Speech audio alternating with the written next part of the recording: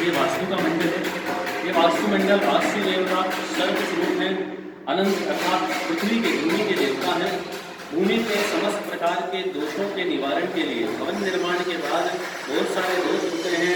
कभी कभी व्यक्ति रसोई घर गलत स्थान पर बना लेता है, पूजा घर गलत स्थान में बन जाते हैं, स्नानागार इत्यादि शौचालय इत्यादि गलत स्थान में बनने के कारण वास्तु के दोष लगते हैं। भूमि पर बहु प्रकार के दोष होते हैं। भूमि के शोधन के लिए, भूमि के शुद्धिकरण के लिए इस वास्तु का पूजन किया जाता है और रवि ग्रह में वास्तु पूजन अति आवश्यक होता है। इसके पूजन के प्रभाव से व्यक्ति जब घर में निवास करता है तो जीवन में सुख शांति समृद्धि बनी रहती है और उसको घर के अंदर सुहावना बन लगता है। उसको बार बार बाहर जाने की इच्छा नहीं होती, घर में उसका मन लगने लगता है। इसलिए ये वास्तु की विशेषता है। इसी के ऊपर काले कपड़े पे काली दाल से ये क्षेत्रपाल देवता का मंडल बनाया गया। क्षेत्रपाल का अर्थ होता है क्षेत्र की रक्षा करने वाले, अर्थात जितने परिसर में ये भवन बना हुआ है, भवन मंडल की रक्षा हो। क्षेत्रपाल को भैरू कहा गया। तो भैरू जी जो है शक्ति के पुत्र हैं। शक्ति पुत्र भैरू, भैरू का स्मरण करने से व्यक्ति शक्तिवान होता है।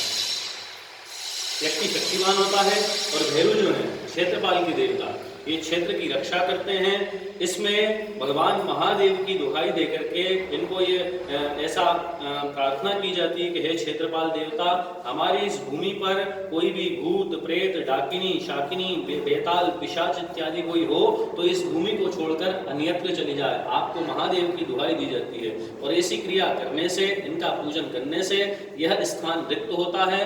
तब इस भूमि पर निवास करने वाला व्यक्ति सुखपूर्वक निवास करता है। तत्पश्चात जो बीच में ये मंडल बना हुआ है, इसका नाम है सर्वतो भद्र मंडल।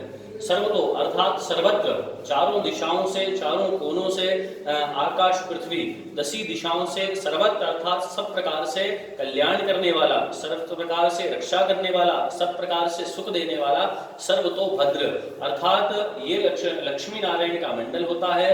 और जब हम गृहस्थ में, जब मकान का निर्माण करते हैं, भूमि पर मकान बनाते हैं, हम गृहस्थ में यहाँ गृहस्थी सजा करके और इस भवन में निवास करते हैं। तो गृहस्थी में मुख्य 2 ही देवताओं की आवश्यकता पड़ती है, नारायण और महालक्ष्मी।